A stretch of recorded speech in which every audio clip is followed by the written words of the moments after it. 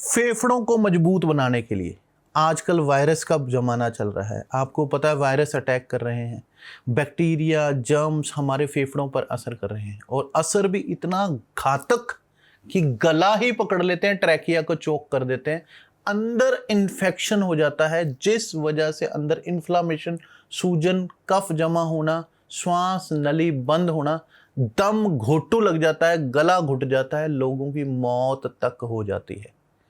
अब क्या करना है? हमें अपने फेफड़ों को स्ट्रांग बनाना है। अगर फेफड़े स्ट्रांग होंगे तो आपको बीमारियां छू भी नहीं पाएंगी, वायरस का अटैक भी होगा तो भी आप झेल जाओगे। क्योंकि अगर आपने सुना भी होगा कि कोरोना वायरस भी अगर अटैक करता है तो वो आपके गले पर अटैक करता है। पहले खांसी आ गई, बुखार आ गया और फिर श्वास लेने में दिक्कत आ गई। जिन लोगों को खांसी आई, बुखार आया, वो बच गए, लेकिन जिनको श्वास की दिक्कत आई, गला घुट गया, श्वास नहीं आई, उनकी मौत तक हो गई। इसका मतलब मेन चीज, वायरस भी आपको तभी मार पाता है जब आपकी श्वास खत्म हो जाती है। श्वास ही फेफड़ों में नहीं जा पाती, फेफड़े कमजोर हैं, फेफड़े उसको झेल नहीं पाए वायरस के अटैक को। गला झेल गया, खांसी कर दिया, खांसी से उसको बाहर निकालने की कोशिश की, बुखार चढ़ गया, शरीर तप गया, शरीर तप कर उसको मारने की कोशिश कर रहा है, लेकिन फेफड़े वीक पड़ गए, फेफड़ों में दम नहीं था, फेफड़े कमजोर थे, इस वजह से वो उसके अटैक को झेल नहीं पाए। तो अब हमें अपनों फेफड़ों को मजबूत बनाना है और आज मैं आपको फेफड़ों को मजबूत बनाने वाला ऐसा तरीका बताने वाला हूं। अगर आप इसे करेंगे तो आपके फेफड़े अंदर से स्ट्रांग हो जाएंगे और आप वायरस का मुकाबला कर पाएं। भगवान ना करे आपको कभी इस तरह की प्रॉब्लम आए, लेकिन अगर वो आए तो आप उसे झेल जाएं, आपको इतनी तकलीफ ना बढ़े कि कल को प्राण चले जाएं। तो पहला तरीका ये है भाप लेने का तरीका। भाप दिन में 2 बार लेनी है। अगर आप भाप में, जैसे पतीले के ऊपर आपने पानी रखा, उसको आप तौलिया लेके भाप लेते हैं, तरीका आपको मालूम है, लेकिन मैं आपको उसको और अच्छे से कैसे लेना है, क्या तरीका करना है, वो समझाने वाला हूं।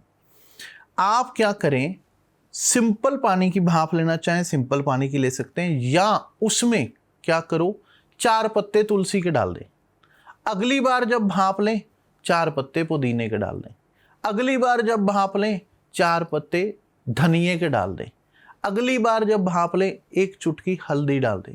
अगली बार जब भाप लें 1 लौंग पीस कर डाल दें। अगली बार जब भाप लें अदरक का छोटा टुकड़ा डाल दें। अगली बार जब भाप लें तो 1 इलायची पीस के डाल दें। इस तरह से आप करोगे तो वो भाप भी आपको अच्छी लगेगी, उसका फ्लेवर भी बढ़िया हो जाएगा और आयुर्वेदिक असर भी हो जाएगा। अलग अलग तरह की जड़ी बूटियां, पत्ते आपके अंदर इफेक्ट करेंगे, आपकी छाती को खोलने का काम करेंगे, फ्लेवर भी आएगा, अच्छा भी लगेगा और आपके लिए हेल्दी भी होगा। अब आपने भाप कैसे लेनी है, पतीले में पानी डालें, उसमें पत्ते जो भी मैंने बताए या इलायची लौंग जो भी डालना हो, एक ही चीज़ डालना है, ज़्यादा डालने की ज़रूरत नहीं। वो बहुत थोड़ी मात्रा में भी हो तो कोई बात नहीं, कोई ज़्यादा डालने की ज़रूरत नहीं। अगर अदरक भी डालना है तो छोटा टुकड़ा डालना है, बहुत ज़्यादा डालने की ज़रूरत नहीं। तो आपने क्या करना है, तौलिए से अपने सर को ढक के भाप लेनी है। जैसे ही भाप आनी शुरू हो तो भाप को कैसे लेना है वो टेक्निक समझ लें। पहले नाक से भाप खींचनी है और मुंह से छोड़नी है।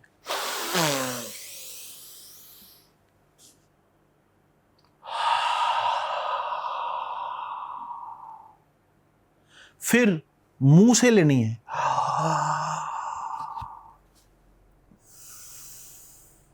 नाक से छोड़नी है। तो नाक से लेनी है और मुंह से छोड़नी है, मुंह से लेनी है और नाक से छोड़नी है। इस तरीके से आप 10 मिनट तक हो सके तो भाप लें। 5 मिनट 10 मिनट इनफ है, इससे ज़्यादा की ज़रूरत नहीं। दिन में 2 बार ले लें, आपको बहुत अधिक फायदा होगा। टेक्निक नंबर 1 ये मैंने आपको बता दी। अब टेक्निक नंबर 2, आपको लंग्स की एक्सरसाइज करनी है। वो कैसे करेंगे, श्वास को पूरा अंदर भरेंगे और कोशिश करेंगे इतना श्वास भरें कि पूरा पेट फूल जाए और नाभि तक सांस पहुंच जाए। तो वो कैसे,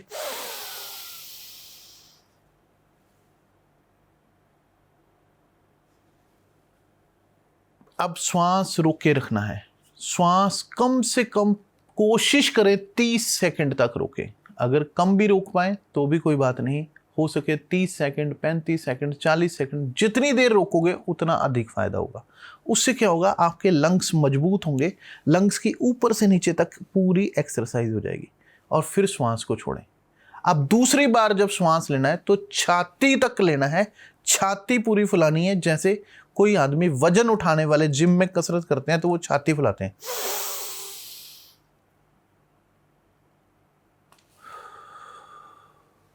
25-30 सेकंड छोड़ने के बाद, मैं 25-30 सेकंड बीच में इसलिए नहीं रोक रहा हूं कि आप कहोगे जी वीडियो लंबा हो गया स्वामी जी, आपने तो इसको कुछ बोल ही नहीं रहे, आप तो मुंह ही बंद करके बैठ गए, इसलिए आपको समझा रहा हूं। तो 25-30 सेकंड, 40 सेकंड तक आप इसे रोकें। तो पहली बार क्या करना है, नाभि से श्वास लेना है और छोड़ना है। दूसरी बार छाती से श्वास लेना है और छोड़ना है। ये 2 काम करना शुरू कर दें। इससे क्या होगा, आपके फेफड़े मजबूत होंगे। 10 मिनट 15 मिनट तक आप इस एक्सरसाइज को करें। अब तीसरा क्या करना है, रोज दिन में 2-3 बार कम से कम 1 कप, जैसे चाय पीते हैं वैसे गर्म पानी धीरे धीरे धीरे धीरे धीरे धीरे सिप कर करके उस पानी को पिए। अगर आप ये 3 स्टेप जो मैंने आपको बताए हैं 1 2 3 ये करना शुरू कर देंगे तो आपके लंग्स जो हैं वो डबल स्ट्रांग हो जाएंगे। आप कहोगे स्वामी जी इतना अच्छा फायदा हुआ, श्वास खुलकर आने लग गई, नींद बढ़िया आने लग गई, बॉडी में ऑक्सीजन का फ्लो बढ़ गया, चुस्ती का लेवल बढ़ जाएगा, आंखें पूरी खुलेगी, नींद जो रहती है सारा दिन सुस्ताए रहते हो वो नींद नहीं रहेगी, क्योंकि ताज़ा जगा हुआ दिमाग रहेगा, क्योंकि ऑक्सीजन लेवल पूरा होगा। बॉडी में जो बीमारियां हमें दूर होना शुरू हो जाएंगी, इम्यूनिटी पावर मजबूत होगी, श्वास नली खुली रहेगी, ब्रोंकिल्स की एक्सरसाइज हो जाएगी, फेफड़े मजबूत हो जाएंगे, फेफड़े स्ट्रांग हो जाएंगे और आप रोगों का मुकाबला करने के काबिल बनेंगे। भगवान ना करे आपको या आपके परिवार में किसी को भी ये नामुराद बीमारी छुए, लेकिन अगर कभी ऐसी तकलीफ आ जाए तो कम से कम हम तो अंदर से इतने स्ट्रांग बने ना कि उसका मुकाबला कर सकें।